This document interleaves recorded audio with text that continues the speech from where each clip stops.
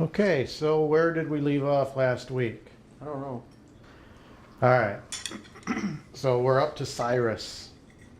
Now, in the book, we talked about Cyrus when he was born. Well, I don't know if the story that I put in the book is actually true. It was written by Herodotus. So it's likely to be true. But again, it could have been embellished because it's kind of an interesting story. So Cyrus, his grandfather Astyages, has a dream that his grandson would take over as king. Of course, he's the king. He doesn't want to lose his throne. So he tries his best, first of all, not to have a grandson worth being a king. So he matches his daughter up with some prince from a territory within the Median Empire that the people were the low of lows. And this guy that he matched her up with was the prince of Ashan, which is a territory within the Median Empire. So any child that they have would not be worthy of being king. So he figured that was a way out. So then she gets pregnant and he has the dream again. Suddenly he feels like, well, maybe that's not going to be the case. He's going to become king anyway. So he conceives a plan to have this baby killed right after it's born. But people that he sends out to get this baby killed doesn't actually do their job. They actually save the child. Takes him out, and the child is raised by The farm. You're right. And when he's 10 years old, he's playing with the other boys his age, and while they're playing, they choose him to be the king over their playground. He was a leader. He was the leader. And then Astyages finds out because he gets into a fight and he punches a kid that wouldn't do what he was told to do. So the kid's father tells Astyages about this and they want this kid punished. Well, he realizes who the kid is. And the story goes that he realizes the child wasn't killed, so he brings the guy in who he told to take him out and kill him. And he invites him to dinner. Well, this guy has a child as well. It's about the same age as Cyrus. And he cooks up dinner, but the dinner that he serves to this guy is his son. I don't remember that. Well, it turns out that this did not make this man very happy that he just had dinner with his son, but No, with his son. yeah. And so he plots against Astyages later on. But Astyages says, well, what do I do with Cyrus now? He's alive. And he talks to the priests, and the priest says, oh, you know what? The dream that you saw, it's over with because he was king. The children made him king. That's what you saw. So don't worry about him taking your throne, because that was the prophecy you dreamed, was that he would be king. And when they went out and played, he became king. So he didn't kill Cyrus, he let him live. And he raised him as his grandson. So that's the story of his birth. And it sort of goes right along with, Jesus, parallels Jesus being the savior of the Jews, and Cyrus is prophesied to be the savior of the Jews from the Babylonians. And Cyrus was threatened to be killed as a baby. Jesus was threatened to be killed as a baby. So they try to bring these parallelisms in with Cyrus and Jesus. Whether that's necessary or not, I don't know. Whether the story is true or not, I don't know. I just liked it and I wanted to put it in. I thought people would enjoy it. But you left out the part how the farmer's wife, or some lady, I guess, her baby died. Right, so you did read it. So they exchanged. Yeah, she their exchanged baby because for- her baby was stillborn. Yeah. So that's when he put the child out, their child out, they witnessed that that child was dead. Of course, it was all chewed up and by the wild animals, so they couldn't tell whose child it really was. Plus, it was an infant anyway, so who they really covered knows? it up for years. Yeah. So that covered up the lie for 10 years. I thought that was a really interesting story, actually. I did too. That's why I put it in. Plus, I thought people would get a kick out of the cannibalism part. Yeah. All right. So, looking back again, this is the family tree of basically Nebuchadnezzar, his father, his father's father-in-laws, everybody. So in the green, you have the Babylonian Empire, starting with Nebuchadnezzar, who was Nebuchadnezzar's father. The yellow, you have the Egyptian Empire, Necho II. In the red, you have the Median Empire with Cyrus. And in the blue, you have the Lydian Empire.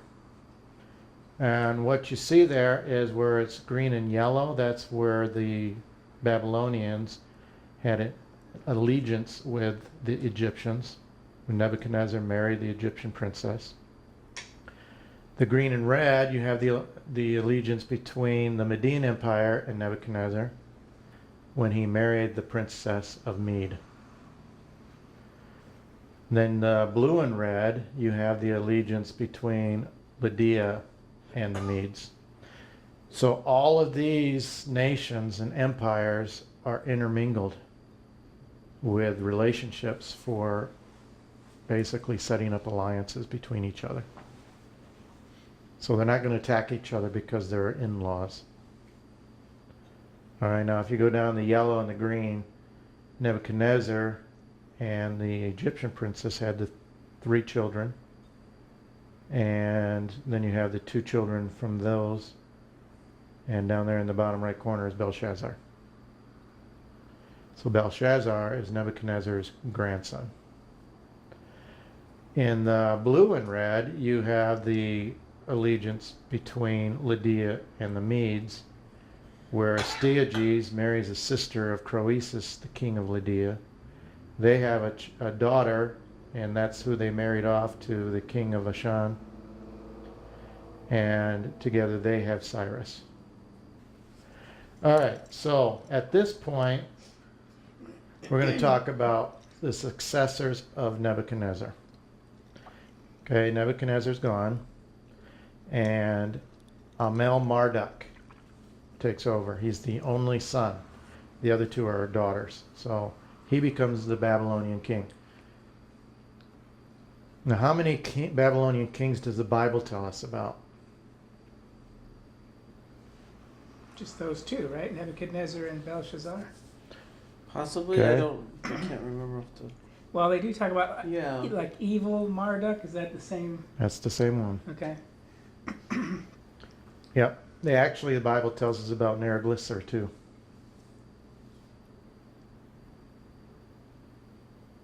And I think it tells us about Nabonidus and Labashi. But we're gonna talk about what's going on outside of the Bible. So in Jeremiah, we see that in the 37th year of the exile of Jehoiachin, king of Judah, in the year Evil-Merodach became king of Babylon, he released Jehoiachin, king of Judah, and freed him from prison. Now, last week we talked about where Jehoiachin was imprisoned. So here it is, 37 years later. Okay, Jehoiachin was imprisoned in Nebuchadnezzar's 7th year of reign. Remember, we talked about the confusion between the 2 historical documents. So this is 598 BC when he's imprisoned. Nebuchadnezzar reigned for 44 years. So what that tells us is that the 7th year of Nebuchadnezzar and the 37 years that Jehoiachin was in exile, that actually equals 44 years. And that makes it the first year of Evil-Merodach's reign, which is what it says. So this becomes the year 561 BC. If you do the math, 598 and 37 makes it 561. So that's the year that Evil-Merodach who is actually Amel Marduk. Amel Marduk. He reigns very shortly, from 561 to approximately 560. And in 560, this is where his brother-in-law murders him. So Nergal-Sharezer. You want to say that, Laura? Nope. He's more commonly referred to by his royal name, Neriglissar, who then succeeded the throne of Babylon in 560 BC. So, typical story, murders and then takes over. So here we have Nebuchadnezzar's daughter and Neriglissar. Amel Marduk is now gone. Neriglissar is king. So in Jeremiah it reads, "Now Nebuchadnezzar, king of Babylon, had given these orders about Jeremiah through Nebuzaradan, commander of the imperial guard. Take him and look after him. Don't harm him, but do for him whatever he asks." So Nebuzaradan, the commander of the guard, Nebuchadnezzar, a chief officer, and there we see Nergal-Sharezer. Sharizer? Anybody else want to pronounce that? Nergal No. Sharizer? Chorizo?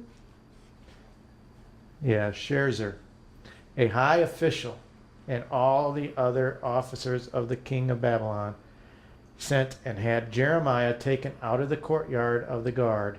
They turned him over to Gedaliah, son of Achim, the son of Shaphan, to take him back to his home. So he remained among his own people. All right, so there we see where Nergal-Sharezer is mentioned in the Bible. So he becomes Neriglissar and is king of Babylon from 560 to 556. So about 4 years when he dies. But let's go back and look at the Median Empire, because we're looking at what year, 560 right now when he took over.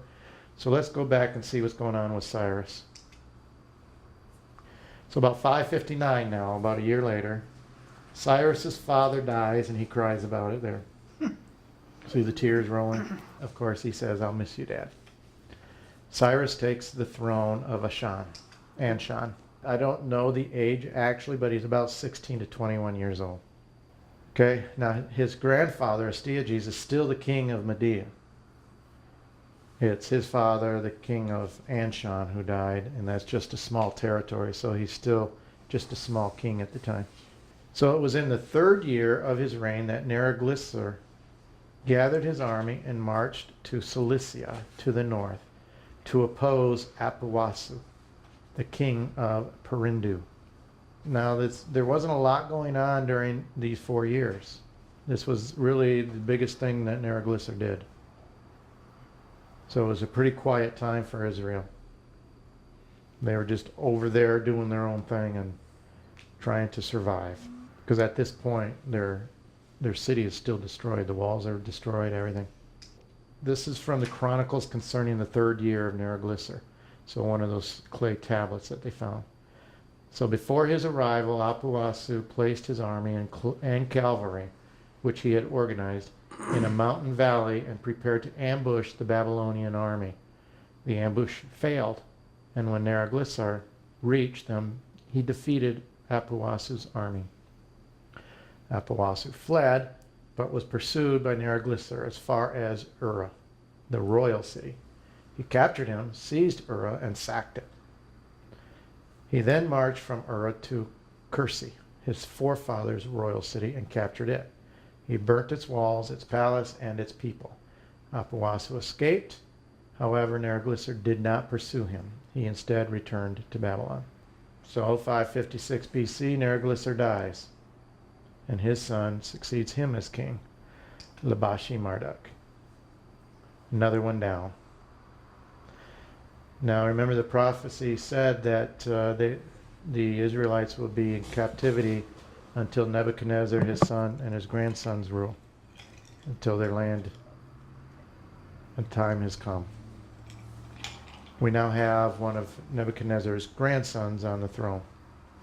However, that only lasted for a few months when his uncle Nabonidus murders him. Now, Nabonidus didn't really want to be king even though he murdered him. So, because just a couple years into it, he moves out of Babylon to Tema.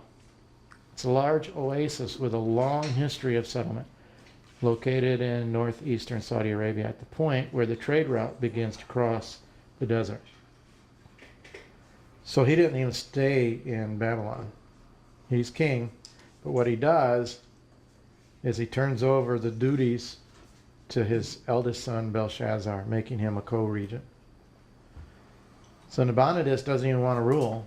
He turns over the duties to his son, and he leaves. So now we have two, basically a king and a co-regent king, ruling in Babylon. So Belshazzar is not actually a king. He's just the prince. So in Jeremiah, all nations will serve him, Nebuchadnezzar's son and his grandson, until the time for his land comes. Then many nations and great kings will subjugate him. And these are the grandsons of Nebuchadnezzar. So back to the Median Empire. Cyrus is now at this time about 21, 26 years old. He's the king of Anshan, has been king for a few years. He revolts against his grandfather, the king of Mede. So he's revolting against Astyages. Now this revolt is coming from Chronicles of Nabonidus. So this is actually coming from a clay tablet or stone tablet from the Babylonian Empire and the king Nabonidus.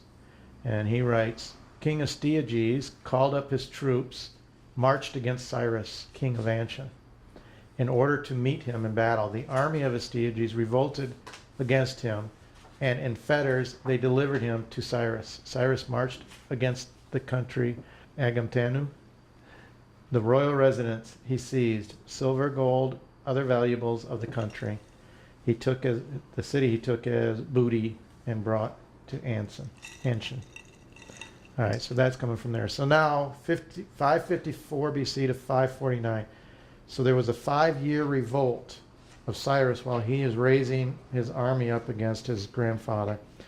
And remember we said that there was a conspiracy with the guy that Astyages killed his son and fed to him. Mm-hmm. He's still in the king's service, King Astyages' service, and is a trusted servant of Astyages. But secretly, he's dealing with Cyrus and setting Astyages up. And so when Astyages goes out to meet with Cyrus, this guy has already got the army on his side, and they revolt against Astyages. They capture him and turn him over to Cyrus.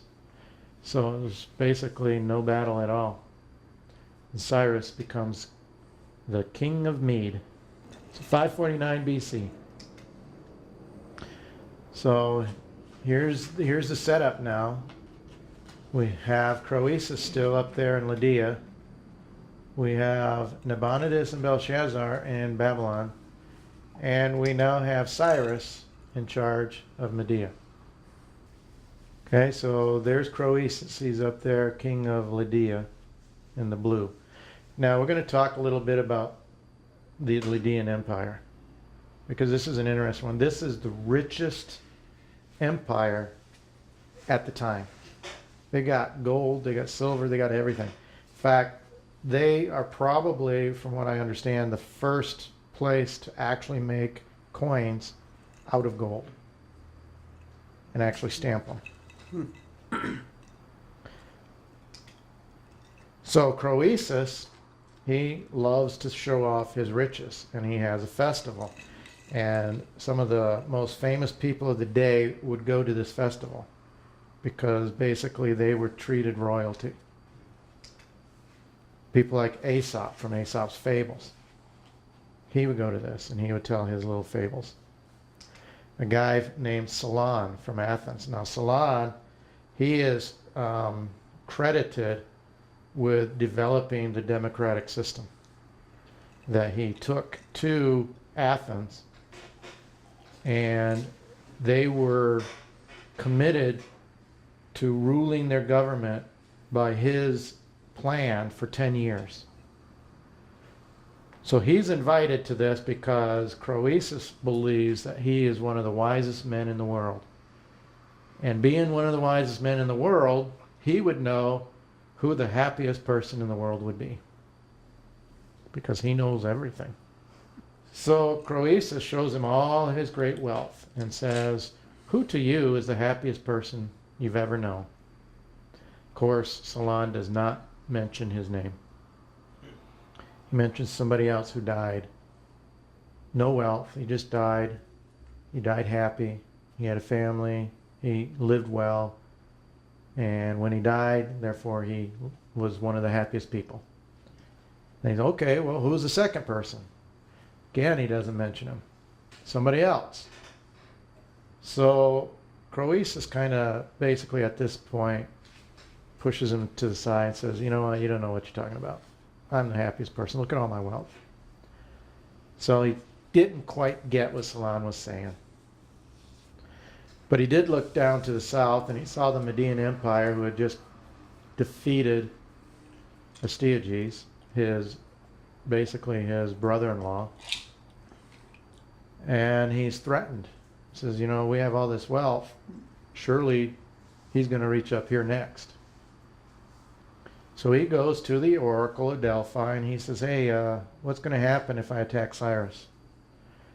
Well, the answer to him was, if Croesus make war against the Persians, he shall bring to the ground a great empire. So Croesus takes this to mean that if he attacks the Persians, he's going to defeat the Persians.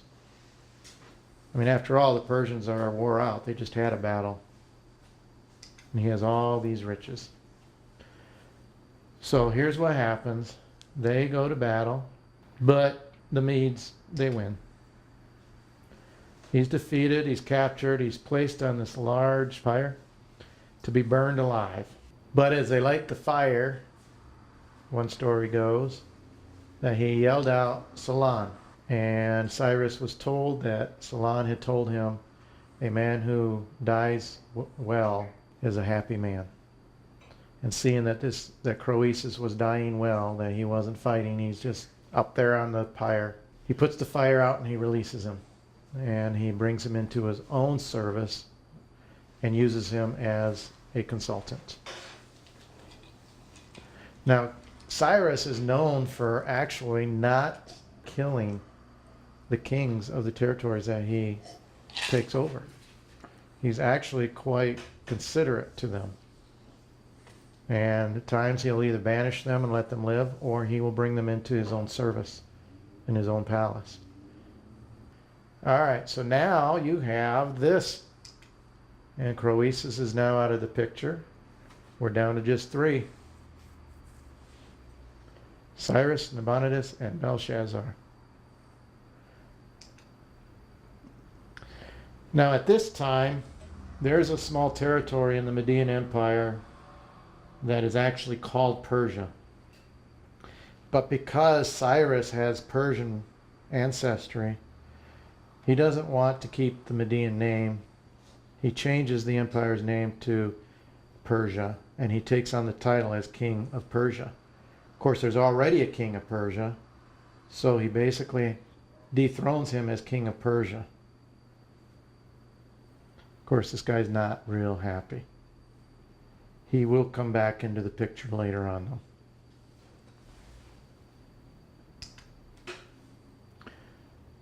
So here we have the new picture. The Persian Empire has grown. And who's next? Babylon. Babylon is in their grasp. Understand, though, that Babylon, the Medes, all these kings of Babylon, Mede, Lydia and Egypt. They're all related. They're in-laws. Families don't fight. No, never.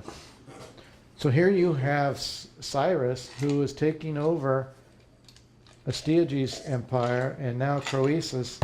So you've got Nabonidus in Babylon looking at it, going, they're on their way. He's going to come and get Babylon next. So now we're going to look at the fall of Babylon. All right, so the 8th century BC in Isaiah, we're going to look back now, where this is where Isaiah prophesied that Cyrus would come and subdue and release the Israelites. Anybody want to read that? Sure. Go ahead.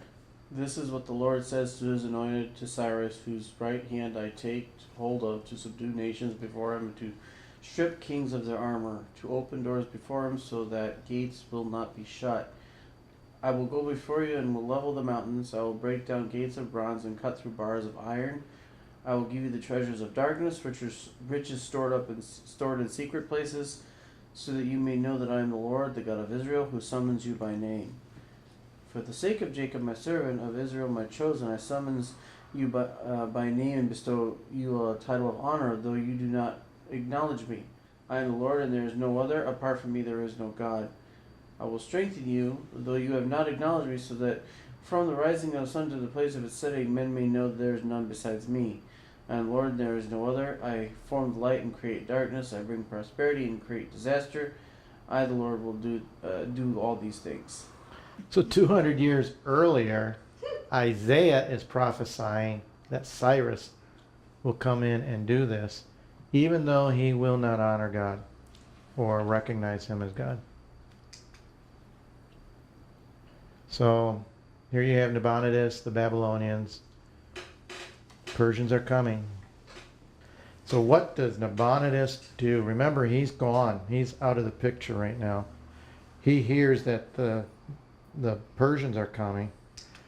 So he goes, according to the Nabonidus Chronicles, he goes and he gathers up all of the statues and the idols, all of the gods of the territories that they have defeated, and brings them into Babylon.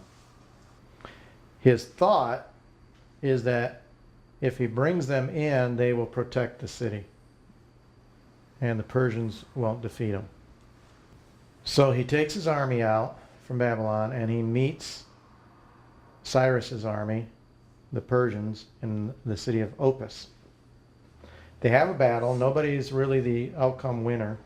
But because of it, another city, it's called Sippar, S-I-P-P-A-R, they surrender to the Persians. Well, while they're in a lull, Cyrus takes some of his army and sends them to Babylon. And they're perched outside the city walls now, while Nabonidus' army is up there in Opis, still sitting and contemplating their next move. Of course, the Persian army doesn't go into the city. Their city walls are closed, the gates are closed. This is the time when the writing on the wall, and Daniel is called in to interpret.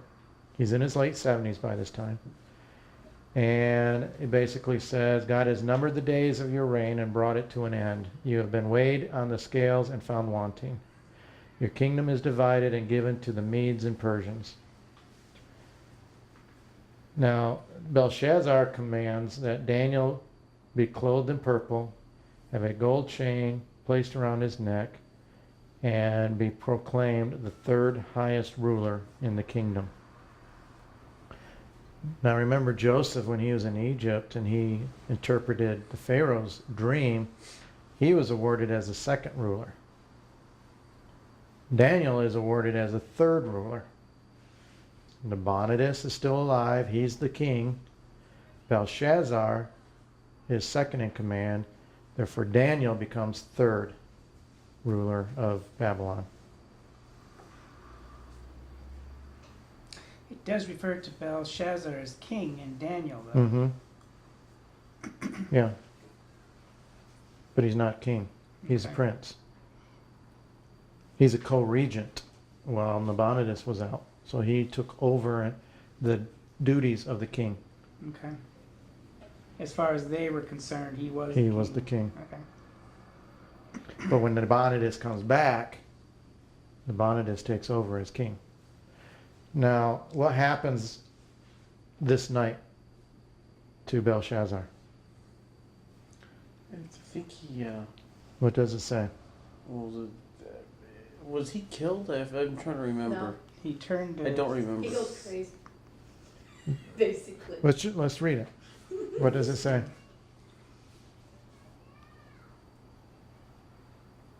Well, he was. He crawls in the grass and he eats the grass and he. I thought that was Well, that's Nebuchadnezzar. It was Is Nebuchadnezzar. that Nebuchadnezzar? Oh, Yeah. For some reason I was thinking it was. Okay, yeah. So he brought out all the vessels from the house of God. He got the Mhm. writing on the wall. And he was slain. Okay, it just says he was slain. Oh, So, Yeah. Now, it doesn't say how he died. It says he was slain. We don't know who slayed him. But there is a story, and I don't know if it's true, that because the Persians were right outside their wall at that time, he ordered the guards of the room where they were having this big feast to shut the doors, and if anyone tries to get in, they were to kill them. But he got drunk, and he wandered out of the room, and when he tried to get back in, they killed him. That's the story. Whether that's true or not, we don't know. But history says that the Persians, they redirected the Euphrates River. The water level went down, and what was going on is the water of the Euphrates would go underneath the wall of the city, and that's where they would get their water from. They wouldn't have to go outside the city because the river went through the city. So what they did is they diverted the water, which lowered the water level and allowed them to walk in the waterbed. And it said about thigh high the water level was, and they just walked underneath the wall. But by the time they got in there, Belshazzar was already dead, and there was no bloodshed among the people. They just turned themselves over. So we don't really know how he dies, but it does say in Herodotus' story, says that this plan worked and the city was taken without a battle, not knowing that the capital had been taken by Cyrus. Nabonidus, who was out there trying to figure out his next move, he comes back to Babylon from his armies near the Euphrates, and he's captured. And about 17 days later, Cyrus himself enters the city of Babylon, and he arrested Nabonidus. He then assumes the title King of Babylon, King of Summer, and Akkad, King of the four sides of the world. So he's taken without battle. So we don't know who killed Belshazzar. We just know that he's dead. Now, in Daniel 6, says, so the administrators and the satraps went as a group to the king and said, O King Darius, live forever. The royal administrators, prefects, satraps, advisors, and governors have all agreed that the king should issue an edict and enforce the decree that anyone who prays to any god or man during the next 30 days, except to you, O king, shall be thrown into the lion's den. Now, O king, issue the decree and put it in writing so that it cannot be altered, in accordance with the laws of the Medes and Persians, which cannot be repealed. So King Darius put the decree in writing. Now, the Nabonidus Chronicles says that Cyrus entered Babylon. Can't really make out what the stone is saying in between there, but it goes on to say, were filled before him. The state of peace was imposed upon the city. Cyrus sent greetings to all Babylon, and Gobryas, his governor, installed sub-governors in Babylon. and the gods of Akkad, which Nabonidus had made come down to Babylon, were returned to their sacred cities. And then in the 11th month, Gobrias dies.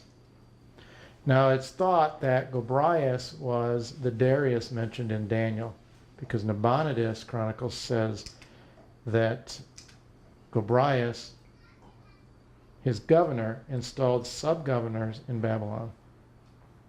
And then Daniel says that Darius appointed 120 satraps to govern Babylon.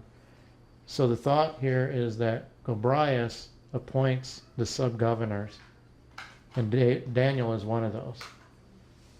But then Gobrias, according to history, dies 1 year and 8 days later. So he would therefore put Daniel in the lion's den within that first year. And the book of Daniel refers to the first year of Darius a couple times. It never says the second year of Darius or the third. It's only the first year of Darius. So before leaving Babylon, Cyrus issued that the gods which Nabonidus had brought to Babylon be returned to their sacred cities. And it's in the Cyrus cylinders that it mentions this. Cyrus was not acknowledging God of the Jews as his God. He was attempting to appease all the gods by returning them to their sacred places. Since they did not prevent him from conquering the Babylonian Empire, he believed that by returning all the gods to their temples, the gods would honor him and his kingdom. He wasn't acknowledging any of these gods as the God of gods. He already had the God that he worshipped. He was just trying to appease them so they didn't bring any uprising. And in Isaiah 45, 4 through 5, we've already read where it said, though you have not acknowledged me, God was going to do all these things. But what did Nebuchadnezzar do to the temple in Jerusalem? He destroyed it. So while Cyrus is returning all the gods to their temples of worship, he could not do that with the Jews. They didn't have a temple anymore. Their temple was destroyed. So what he does is he proclaims what is known as the Edict of Restoration. And this isn't necessarily directed towards the Jews so much as it's directed to all of the nations that was subdued by Nabonidus and Nebuchadnezzar and all the kings of Babylon. This was Cyrus saying that because your land was destroyed or because we took your gods from your temple, we're going to let you go back and restore your place of worship. Because the Jews' temple was destroyed, they had the right to go back at the king's cost and rebuild the temple. The king would provide all of the money needed to buy the wood and the stones from the areas around them.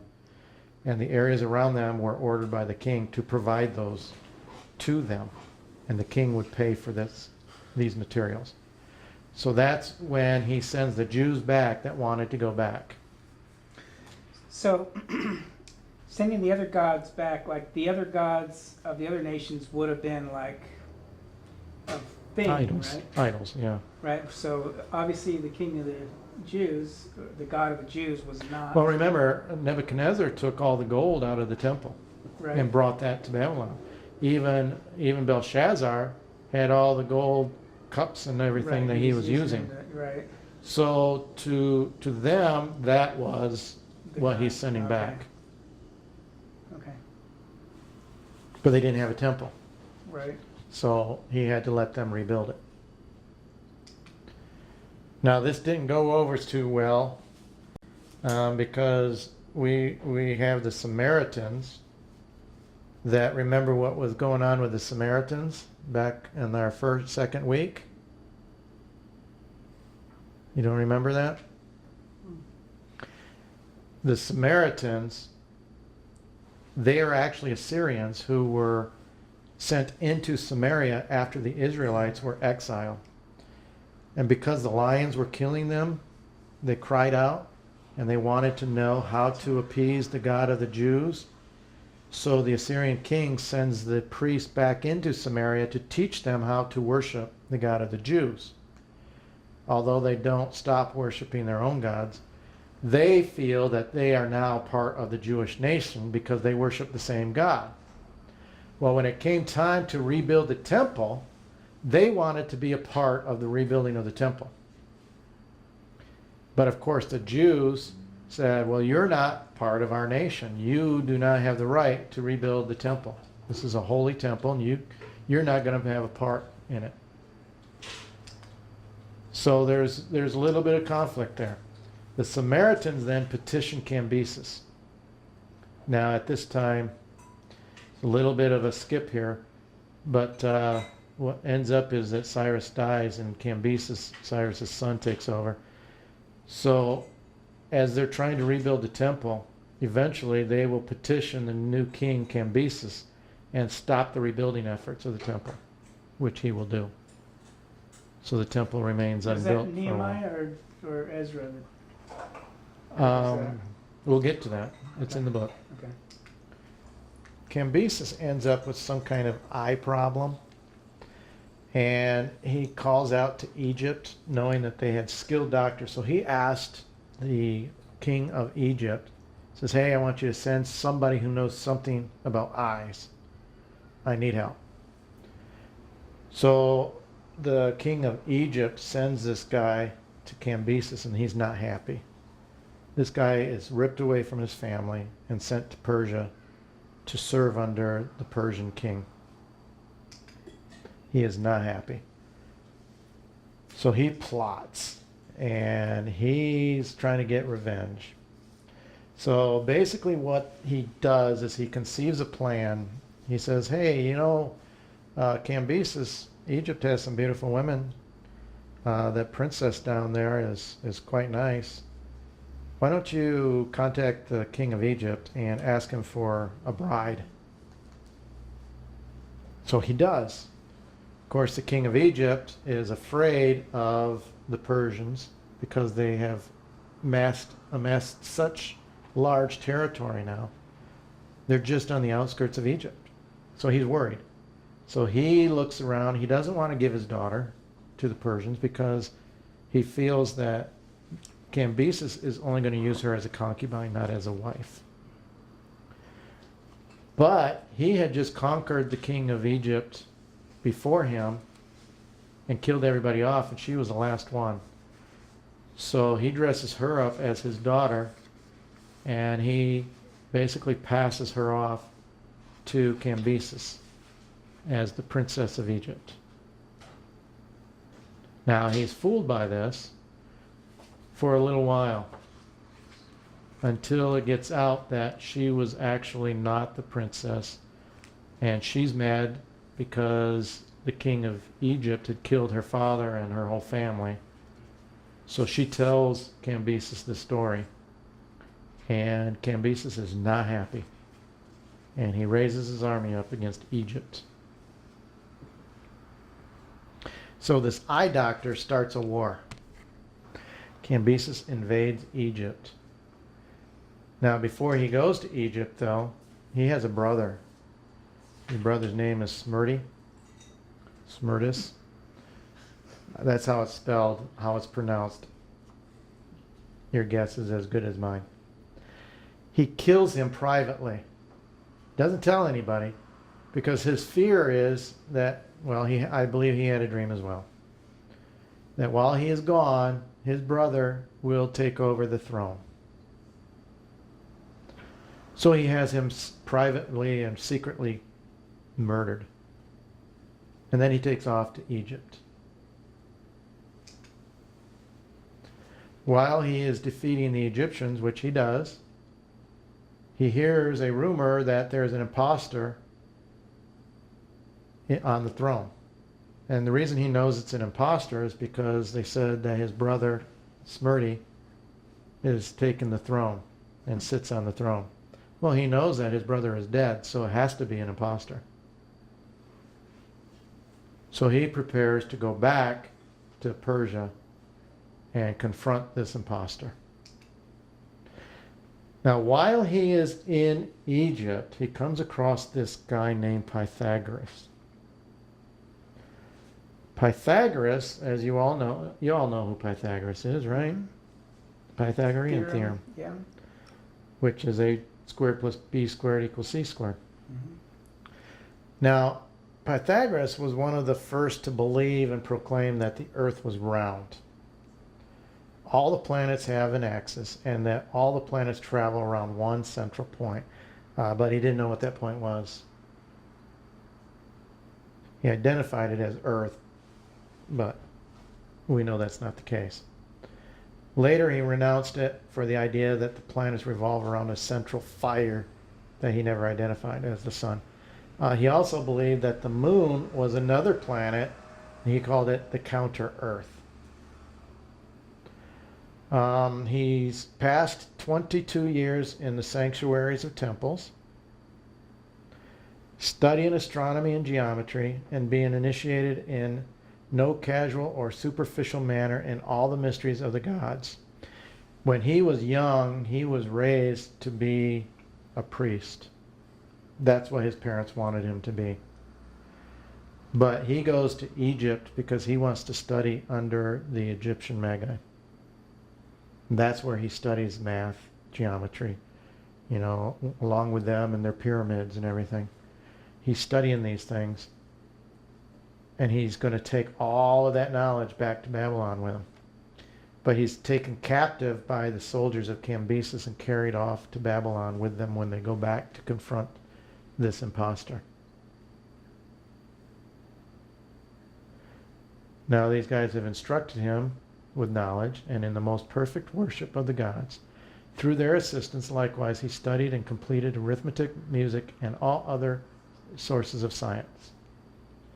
After 12 years, about the 56th year of his age, he returns to Greece, Samos. Now, when they go back to Persia, so Cambyses is getting ready to go, and in his haste, he kind of stabs himself in the leg with his sword trying to get on his horse. He never makes it back to Persia. He gets infected and he dies on the way back. Pythagoras ends up in Babylon. He doesn't make it back to Persia either. He goes back to Babylon, and he spends time in Babylon. And this is the time after Daniel. So the Magi in Babylon have been studying under Daniel and the things that Daniel knew. And Flavius Josephus writes, "For it is very truly affirmed of this Pythagoras that he took a great many of the laws of the Jews into his own philosophy." So now we're seeing Pythagoras, a Greek mathematician, scientist, studying the Jewish laws and incorporating them into his own philosophy that he will take back to Greece. So we're seeing a little more. Laws would be the laws that the Jews had to live by. Yes, Well, it would be like the their understandings. first 5 books, Yeah, if they had that, or yeah, yeah, which they probably did by then, right. had been writing them or had them in their possession. So he probably learned them. Whether he learned them directly from Daniel or not, I don't know. It's very likely that because Daniel was in his 70s when he was thrown in the lion's den the first year that Cyrus took over, he may have already died by the time Cambyses comes back with Pythagoras. But it would have been shortly thereafter. Cambyses dies in 522 BC. And that's where we're going to stop for the day. So it just shows how things are kind of moving towards, Yeah, now we're seeing the laws and the beliefs of the Jews directly associated with the Greeks. Mhm. And a very, very high possibility that that's where that altar came from, is from the studies and the beliefs that were incorporated into Pythagoras' philosophies. Because Pythagoras establishes in Greece a school where he teaches his philosophies. Okay, yeah, the reason why I asked, laws are, I didn't know whether you meant the laws you need to live by, all hundreds of them, or more general, the philosophy. Well, when it says he incorporated them, it doesn't mean that he abided them strictly, just that he took what he thought was good and he incorporated that into his philosophies. Okay. Like a lot of people do today. Yeah. Take a little here, a little there. Whatever You works forget for what the me. Bible says. Yeah. Take a little from there, a little from. So he was the first one that thought of that thought the Earth was It's round. believed that he was one of the first Hmm. to talk about that. In fact, if you study Socrates, on Socrates' deathbed, he was executed. We'll talk about him later on in the book. Okay. He actually stated, according to Plato and Plato's writing, that Socrates made the claim that the Earth was round, that it wasn't flat. So they knew that in 500 BC, but there's people today that still think it's Yeah. flat. And we have the pleasure of seeing pictures from the moon to see that it's round. Those are fake. They don't. Yeah, it's Yeah, it's fake. It's International Fake Station is what they call Yeah. it. The ISS. Where's the F come in? International Fakes. Fake Station. Yeah. The IFS. Well, yeah, that's what they call it. Okay. All right. So there you have that. We'll get back to Socrates because he's an interesting character. As you know, he was executed for corrupting the youth. And we'll get into what that meant because I did a deep study on him and it was really interesting. And he was executed in 399 BC. Hmm. So 400 years before Christ. Right. And when did the prophets go silent? 400 Right years about before there. Christ. Yeah. So not to what is it? What did they say that? Something alert. Yeah, it's Oh. not that a cause. It's not a cause, but I think I know what you're saying. That wasn't necessarily the reason for it, but Well, yeah, he was actually convicted of corruption of the youth. Now, what they meant by that and what he did to be accused of that, that's interesting. and we're going to talk about that. We're in going the to talk sixth about one. that in the book. Okay. All right. Questions, thoughts, comments? No, it's cool. I get here, because we all heard of Pythagoras and all these people, and But you don't see where he intermingles with Yeah, them. would- But you I don't just- think that they could have intermingled? that it was. I always thought Which it was is all never- mutually exclusive of anything that was going Yeah. on in the Bible. Yeah.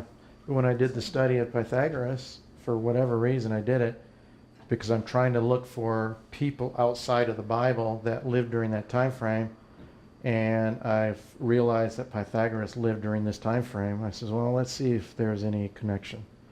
And then I find out that he went to Egypt to learn underneath the Egyptian Magi, Hmm. and then he gets captured by Cambysis and is taken to Babylon because Cambysis dies on the way. So he stays in Babylon for, I think, 4 years before he goes back to Greece. Just out of curiosity, it's neither here nor there, but whatever happened, do we know what happened to Daniel's 3 companions? I don't know, and I don't really know what year they went in to the fiery furnace. Right, We just know it was while Nebuchadnezzar was alive. right. So they really seem to be a side story Hmm. of how Nebuchadnezzar sort of accepts the worship of God. But I don't recall or see anything inside or outside the scriptures that says what happened to them later. Right. Okay. It was just a huge miracle and needed to be in there. Yeah. Right. Absolutely. Yeah. I mean, it was very significant. So let's put it in. Maybe they were the ones who wrote it. Could be. Could be. They lived, so they could have written That's it. true. That's true. So we don't know. But, there's something else that kind of outside of this story, but we talked about Daniel in the lion's den.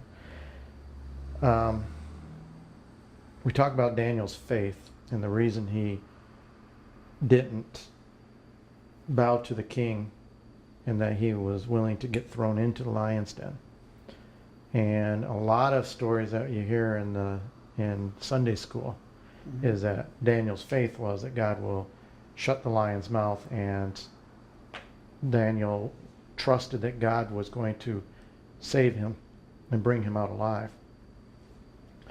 But then when I did a study on faith, I quickly understood that it had nothing to do with Daniel's belief that God would bring him out of the lion's den.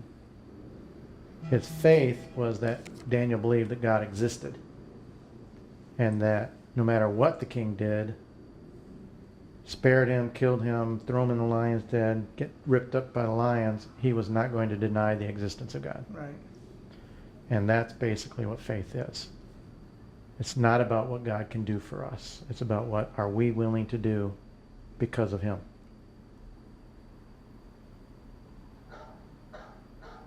So if you truly believe that God exists, you're going to think about what you're willing to do or what you're not willing to do. Somebody comes into the room and points a gun at your head, says, deny God. If you really believe God exists, do you want to take that chance? Nope.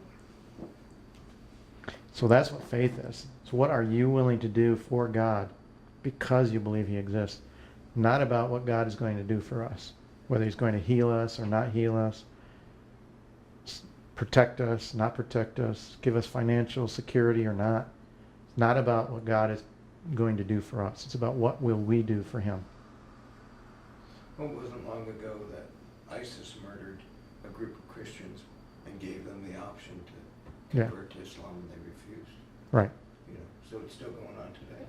Right. Well, even some of the schools, I mean, Columbine, that was one of the questions that they asked kids.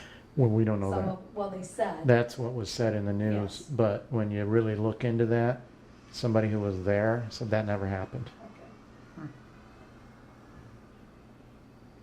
But in the same way, that's exactly what the three of Daniel's companions Right. said. Hey, if we die, we die, but we're not going to deny Right. God. Yeah. Right. So I It was looking to wasn't- see if Daniel said that too, and it doesn't really say that he did. But, No. but he obviously, I think he believed, that's what he believed. It wasn't so much. Right, but when you read in Hebrews, it says, by faith Daniel went to the lion's den. That's right. And if you read in Hebrews 11:6, chapter 11 is where that says that. Mhm. But in 11:6 it says, without faith it is impossible to please God, because he who comes to the Father must believe that he exists, and that he is the provider of those who diligently seek him. But we forget. So if we come to the Father, that means we bow our knees and we pray to him. But In order to do that, you must believe that he then exists, or who are you praying to? And that's what Mhm. pleases God, is that when we bow to him, we're demonstrating our belief that he exists. Right. it doesn't matter what the outcome is, you're still gonna serve him, whether you're healed or you're not. Or whether your finances change the way Well, you that's want. faith. It's not about him Yeah. healing us. It's about what are we going to do for him.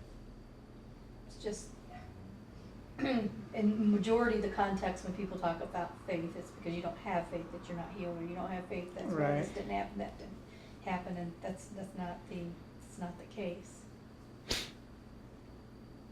And that could be why some people, when they turn to Christ, turn away from Christ, because they're being told by people, well, you just didn't have enough faith, and they're like, well, if I didn't have enough faith, I guess why would I serve Christ, because you're telling me I don't have faith when I pray for something.